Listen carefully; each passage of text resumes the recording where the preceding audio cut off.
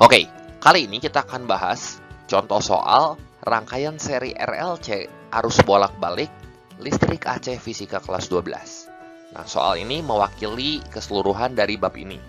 Kita lihat contoh soal yang akan kita bahas.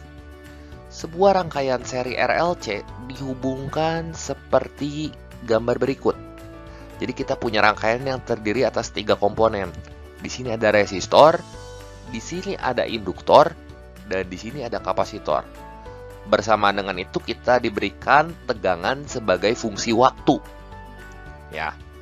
Nah, kita diminta untuk menentukan beberapa besaran berikut. Ya. Nah, jadi untuk penyelesaiannya kita akan jawab satu persatu dari poin-poin yang ditanyakan ini. Yang A, kita mau tahu dulu bagaimana sifat rangkaiannya. Sifat rangkaian itu ada 3. Ada resistif, ada kapasitif, dan ada induktif. Itu bergantung pada nilai XL atau reaktansi induktif dan XC atau reaktansi kapasitifnya. Nah, untuk memudahkan kita menentukan XL dan XC, kita lihat di sini, kita punya persamaan tegangan sebagai fungsi waktu. Yang bentuk umumnya adalah V sebagai fungsi waktu atau kita tulis Vt, ini sama dengan V maksimum kali sin omega T plus theta.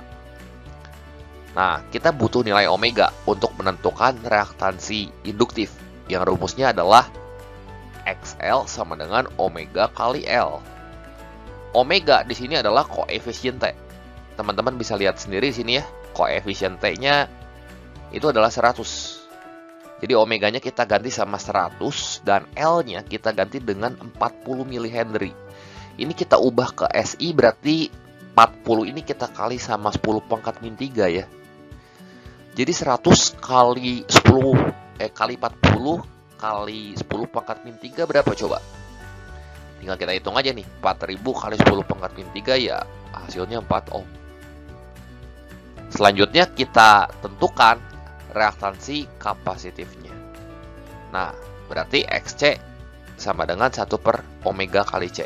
Nah, ini rumusnya. Omeganya kan kita udah tahu. Nih, omeganya nilainya 100 ya. Nilai C-nya adalah 5 per 6 milifarad. Ya, kita ubah dulu ke SI, berarti nanti ini kita kali 10 pangkat min 3 supaya satuannya jadi farad.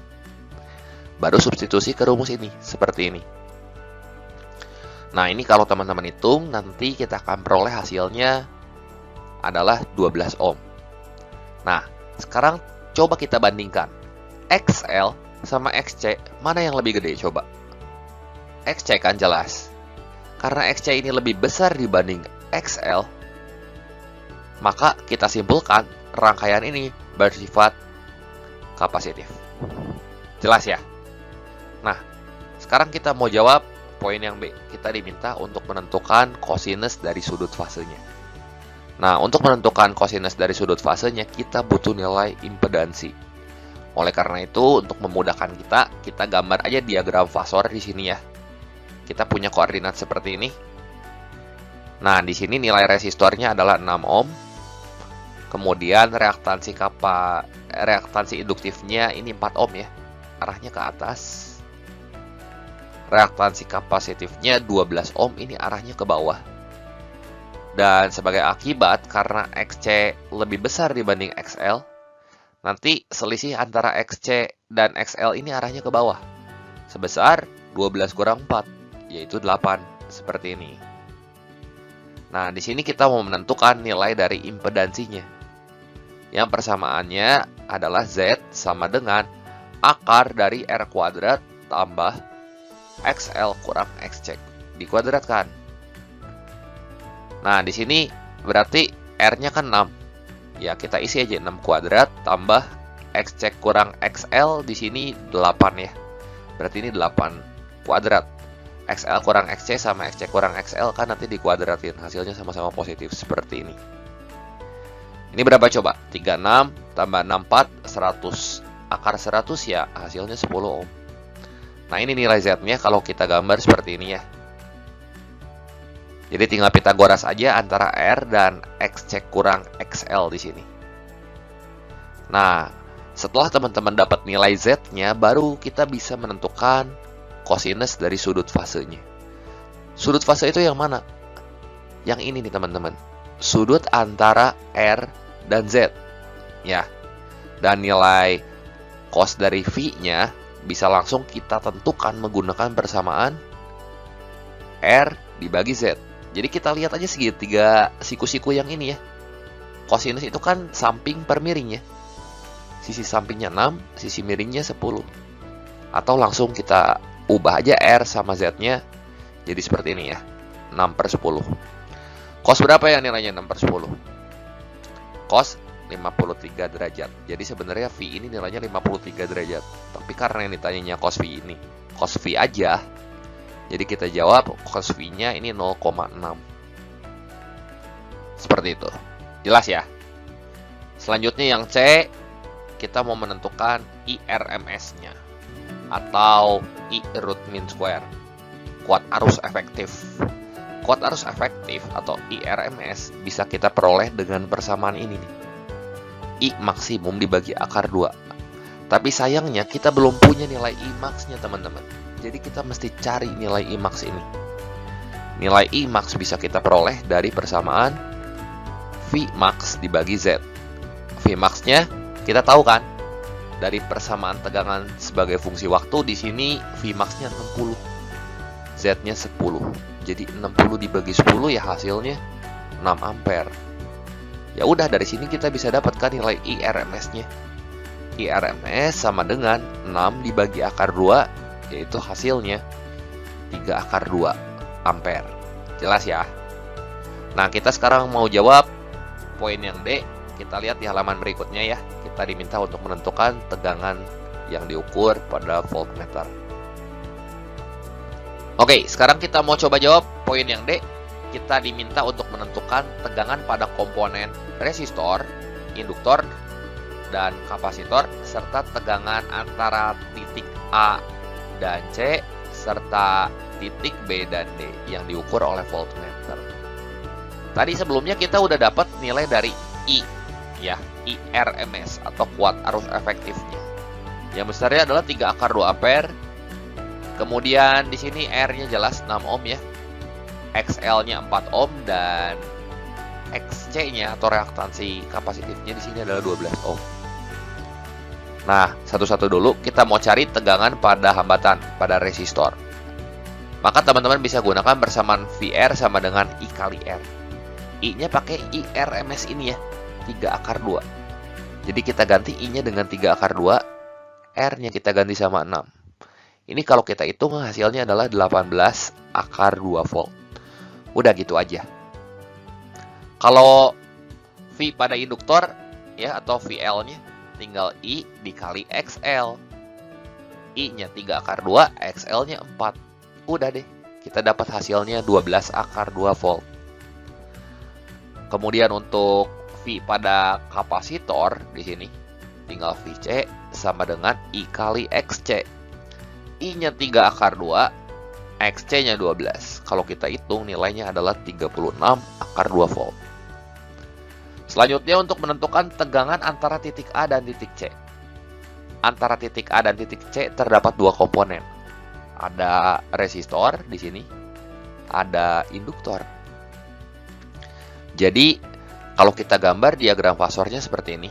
Di sini ada resistor yang punya tegangan sebesar VR. Ini udah kita hitung ya, 18 akar 2. Dan ada induktor. Kita gambar induktor di sini punya tegangan sebesar VL, arahnya ke atas.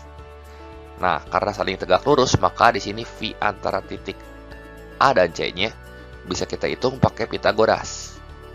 Tinggal akar VR kuadrat tambah VL kuadrat. Kan kita udah tahu VR sama VL-nya. Substitusi ke sini. Seperti ini ya. Nah, ini 6 akar 2-nya bisa kita keluarin nih. Jadi kalau kita hitung, ini hasilnya segini, 6 akar 2 kali akar 3 kuadrat tambah 2 kuadrat.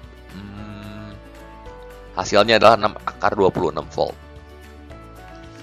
Selanjutnya, antara titik B dan titik D, di sini ada induktor, ada kapasitor. Jadi kalau kita gambar fasornya seperti ini ya. V induktor di sini arahnya ke atas. sebesar 12 / 2 volt dan V kapasitor arahnya ke bawah sebesar 36 / 2 volt. Ya, karena ini nggak saling tegak lurus, tinggal kita selisihin aja V kapasitor dan V induktornya. Kan di sini lebih besar VC, berarti arahnya nanti ke bawah selisihnya. Inilah VBD-nya ya. Jadi VBD sama dengan V kapasitor dikurangi V induktor. 36 / 2 kurang 12 / 2 hasilnya kalau kita hitung adalah 24 / 2 volt. Jelas ya? Nah, kita akan jawab soal poin E, F, dan G di halaman yang berikutnya ya. Oke, selanjutnya di sini kita mau jawab soal yang E ya, yang daya semu. Untuk menentukan daya semu, sebelumnya kita udah tahu kan nilai IRMS-nya ini 3 / 2 ampere, nilai impedansinya 10 ohm, dan nilai faktor daya atau KOSPI-nya adalah 0,6. Untuk menentukan daya semu, teman-teman bisa pilih salah satu dari 3 rumus ini. Ya, dari data yang kita punya aja kita pilih mana? Bebas.